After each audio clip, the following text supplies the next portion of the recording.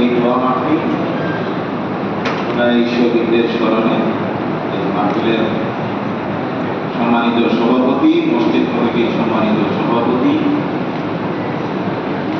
উপস্থিত বিশ্ববিদ্যালয়ের সম্মানিত ভারপ্রাপ্ত রেজিস্ট্রার, আজকের এই দোয়া মাহফিলের সঞ্চালক, সম্মানিত ডিনবৃন্দ, চেয়ারম্যানবৃন্দ, আমার সহকর্মীবৃন্দ, কর্মকর্তাবৃন্দ, কর্মচারীবৃন্দ এবং আমার শিক্ষার্থীবৃন্দ, বিশেষত আমরা এই দোয়ার অনুষ্ঠানে যেহেতু আমরা সবাই মিলে উদযাপন করি, আমাদের ক্রিয়াশীল সকল ছাত্র সংগঠনকে আমরা ইনভাইট করেছি।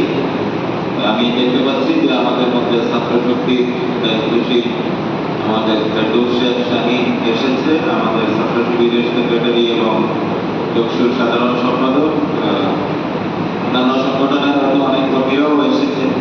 তবে এইসব উদযাপনে আমরা সবাই যদি এক থাকি তাহলে খুবই ভালো লাগার একটা উপলব্ধি তৈরি হয়। আমি এখানে বসে হঠাৎ করে একটি ঘটনা আমার মনে পড়ল। সেটি হল 2021 সালের 16 এই বিশ্ববিদ্যালয়ের যিনি প্রতিষ্ঠাতা ছিলেন এবং যিনি ফেসিবাদ বিরোধী আন্দোলনের পুরোধা ছিলেন এবং ফেসিবাদের নির্যাতন এবং নিষ্পেষণে মাজলুম হয়েও তিনি জীবন মৃত্যুর সন্ধিক্ষণে চলে গিয়েছিলেন।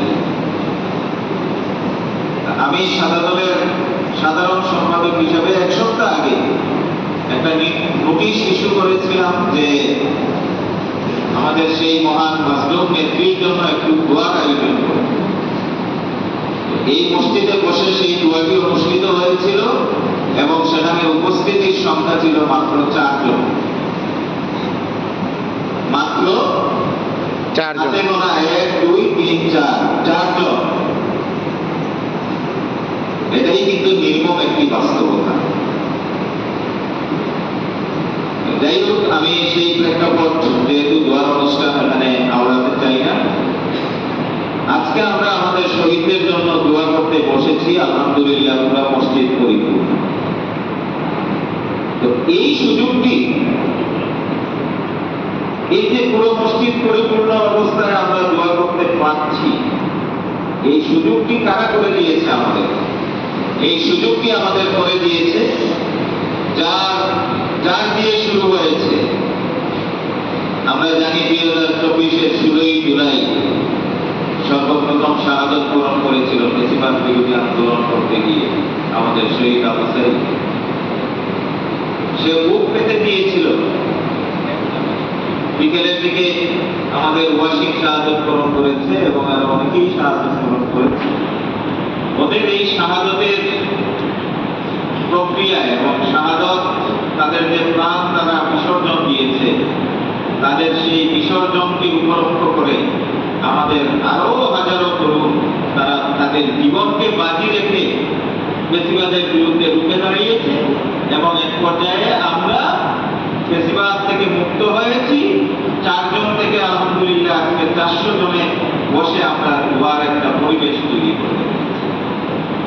যারা এই সুযোগটি দিয়েছে তারা তো আর আমাদের মধ্যে নেই, তারা এখন কবরের বাসিন্দা, পরকালের অধিবাসী। আমাদের করণীয় কি? আমাদের করণীয় যে যাদের কল্যাণে আমরা এই পরিবেশটা পেয়েছি, যতদিন আমরা বেঁচে থাকবো আমরা তাদের জন্য দোয়া করব। আল্লাহ রাব্বুল আলামিন যেন তাদের প্রত্যেককে জান্নাতুল ফেরদাউস নসিব করেন। আমিন। দোয়ার অনুষ্ঠান, আমি সেখানে ভিন্ন আঙ্গিকে কিছু বলতে চাই না। ওই সময় হয়তো অনেকের সাহসিকতা ছিল না, আমার মতো হয়তো অনেকে বোকা না, অনেক বুদ্ধিমান ছিলেন, যার কারণে একটু নিজের গা বাঁচিয়ে চলার চেষ্টা করেছেন। আমি আহ্বান জানাবো যে যাদের কল্যাণে আমরা কথা বলার স্বাধীনতা পেয়েছি, আমরা আমাদের গণতন্ত্রের স্বাধীনতা পেয়েছি, আমরা আমাদের কর্ম পালনের স্বাধীনতা পেয়েছি, তো আসুন এটাকে নিয়ামত মনে করি। আপনি আমার পাশে বসে আবার যেন কোনো দুরভিসন্ধি না করেন যে আবার ওই রাস্তায় আমাকে ফিরিয়ে নিয়ে আজকে যারা আমরা কথা বলছি আমাদের টুটিটা আবার চেপে ধরবে। আমার মনে হয় যে এটা যেমন আপনাদের উপলব্ধি থাকার বিষয়, আর যারা আমরা জীবন বাজি জীবনকে উৎসর্গ করেছে এবং যে শিক্ষা পেয়েছে, আমরা কিন্তু বসে থাকি। তো আমরা সবাই মিলেই এই দেশ, সবাই মিলেই আমাদের সমাজ, সবাই মিলেই আমরা বাংলাদেশী।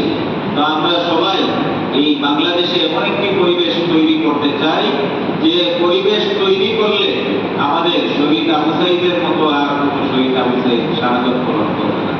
আমরা এমন পরিবেশ তৈরি করতে চাই যে যে পরিবেশ আমাদেরকে এমন পরিস্থিতির দিকে ঠেলে দিবে না যাতে করে আবু সাঈদকে শাহাদাতের মতো পর্যায়ে যেতে হয়। আল্লাহ রাব্বুল আলামিন আমাদের সকলকে সত্য এবং সুন্দরের পক্ষে, ন্যায় এবং সুশাসনের পক্ষে, ন্যায় এবং সামাজিক ইনসাফের পক্ষে যেন থাকার তৌফিক দান করে। আর আল্লাহ রাব্বুল আলামিন যেন আমাদের কাউকে জালিম হতে, আমরা যে কেউ যেন জালিম হতে না পারি, আল্লাহ রাব্বুল আলামিনের কাছ থেকে এই পানা চাই, এই প্রার্থনা চাই। আমাদের সাথে আমাদের মেয়েদের নামাজের জায়গায় আমাদের সম্মানিত ট্রেজারারও আমাদের সাথে শরীক হয়েছেন। আমি ওনাকেও আমাদের পক্ষ থেকে, আমাদের এই আয়োজনের পক্ষ থেকে আন্তরিকভাবে মোবারকবাদ জানাতে চাই এবং আমরা সত্যিকার অর্থে আমাদের শহীদ যারা তাদের জন্য দোয়া করতে চাই। আমাদের জুলাই বর্ষবরণ উপলক্ষে পুরো মাস ব্যাপী আমরা কর্মসূচি নিয়েছি। আমি বিশ্বাস করি যে দায়সারা মুছে কর্মসূচি আপনারা পালন করবেন না। আপনারা কৃতজ্ঞতার ডোরে আবদ্ধ হয়ে যারা শাহাদাত বরণ করেছে, তরুণ যারা শাহাদাত বরণ করেছে, তাদের অপার সম্ভাবনা ছিল সামনে, তারা সেই শাহাদাত বরণ করেছে বিদায় আজকে কিন্তু আমরা কথা বলার সুযোগ পেয়েছি। তাদেরকে যথার্থভাবে স্মরণপূর্বক আপনারা জুলাইয়ের যে অনুষ্ঠানাদি গ্রহণ করবেন সেটা যেন উদযাপিত হয়। দায়সারা মুছের কোনো অনুষ্ঠান যেন কোনো বিভাগ, কোনো ইনস্টিটিউট এবং কেউ যেন পালন না করে। আমরা সেন্ট্রাল থেকে নির্দেশনা জারি করেছি যে জুলাই উপলক্ষে পুরো মাস ব্যাপী প্রতিটি বিভাগ এবং ইনস্টিটিউট আমাদের সামর্থ্য অনুযায়ী সেখানে আমরা যতদূর পেরেছি আর্থিক সহায়তাও আমরা দিচ্ছি এবং দিব। আপনারা সেই অনুষ্ঠানগুলোকে আন্তরিকতা নিয়ে পালন করার চেষ্টা করবেন।